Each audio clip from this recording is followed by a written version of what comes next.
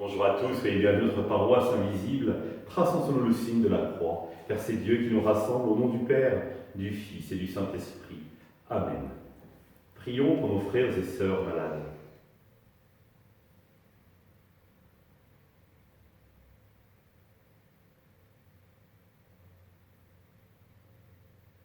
Prions pour les soignants et tous ceux qui œuvrent pour le bien commun.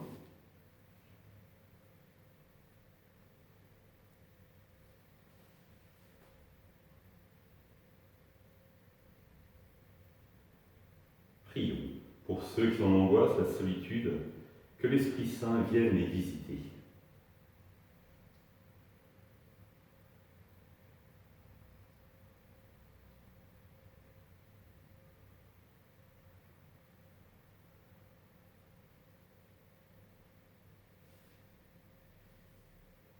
Pour montrer notre communion, je vais maintenant allumer cette bougie au cierge pascal.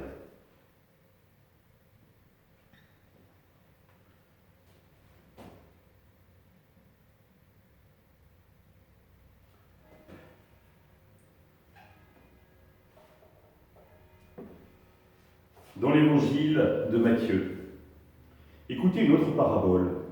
Un homme était propriétaire d'un domaine. Il planta une vigne, l'entoura d'une clôture, il creusa un pressoir et bâtit une tour de garde. Puis il loua cette vigne à des vignerons et partit en voyage. Quand arriva le temps des fruits, il envoya ses serviteurs auprès des vignerons pour se faire remettre le produit de sa vigne.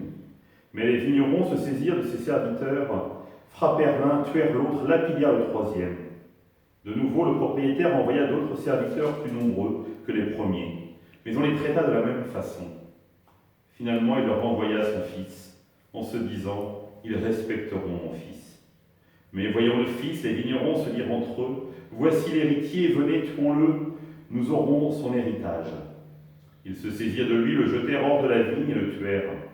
Eh bien, quand le maître de la vigne viendra, que fera-t-il à ces vignerons ? On lui répondit « Ces misérables, il les fera périr misérablement. Il louera la vigne à d'autres vignerons qui lui en remettront le produit en temps voulu. » Jésus leur dit « N'avez-vous pas lu dans les Écritures, la pierre pour rejeter les bâtisseurs est devenue la pierre d'angle. C'est là l'œuvre du Seigneur, la merveille devant nos yeux. » En entendant les paraboles de Jésus, les grands prêtres et les pharisiens avaient bien compris qu'il parlait d'eux. Tout en cherchant à l'arrêter, ils eurent peur des foules parce qu'elles le tenaient pour un prophète. Acclamons la parole de Dieu, louange à toi, Seigneur Jésus.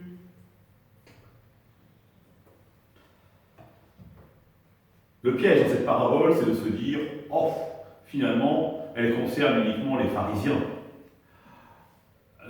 Les pharisiens qui ont refusé la venue du Fils, ils ont fait tuer les prophètes, les serviteurs, et le Fils, ils l'ont tué aussi.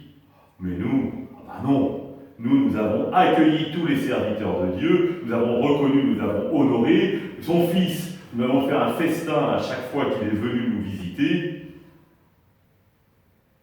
Et donc, cette parabole ne nous concerne pas. Et pourtant, pouvons-nous véritablement dire honnêtement, frères et sœurs, que nous avons été capables d'accueillir le Christ à chaque fois qu'il venait nous visiter? Étions-nous prêts quand nous passions à côté d'un pauvre, à côté d'un mendiant, à côté de quelqu'un de malade? Quand dans la famille, nous avons poussé une colère contre des enfants, ou nous avons boudé face à des parents? Et pourtant, à chaque fois, c'est le Christ qui était là. Nous n'étions pas capables de voir le Christ présent en l'autre. Et donc, finalement, nous sommes exactement dans la même position que les pharisiens. Nous l'honorons des lèvres, mais nous refusons trop souvent de l'accueillir au cœur de notre vie.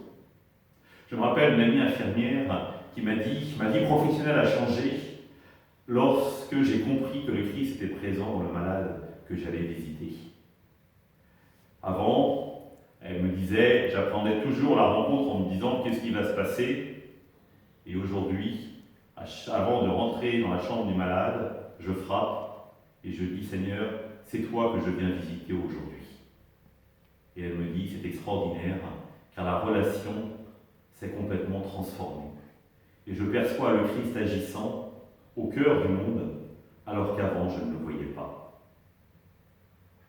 Oui, c'est une décision à prendre, que nous devons prendre personnellement, de nous dire qu'en chaque personne que nous allons rencontrer, nous allons y voir l'image et la ressemblance de Dieu.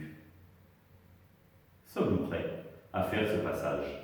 Parce qu'effectivement, si nous commençons à nous dire que nous sommes prêts à y voir l'image et la ressemblance de Dieu, exit les critiques, exit la jalousie,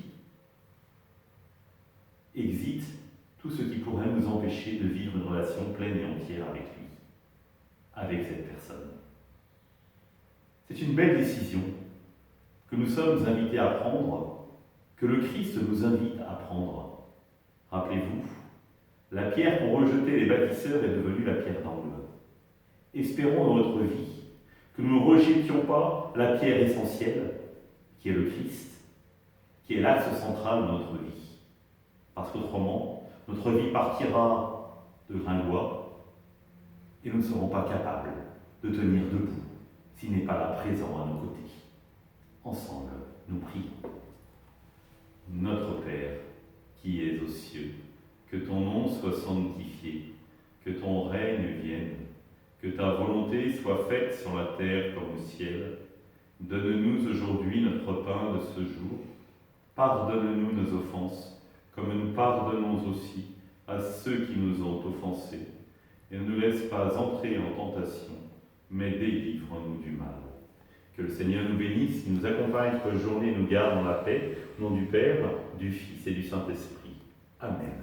Je vous rappelle les horaires des messes de ce week-end, 16h30 à Grandchamp et à la Chapelle, 9h dimanche à la Chapelle, 9h30 à Trélières et 11h à la Chapelle sur inscription. À demain.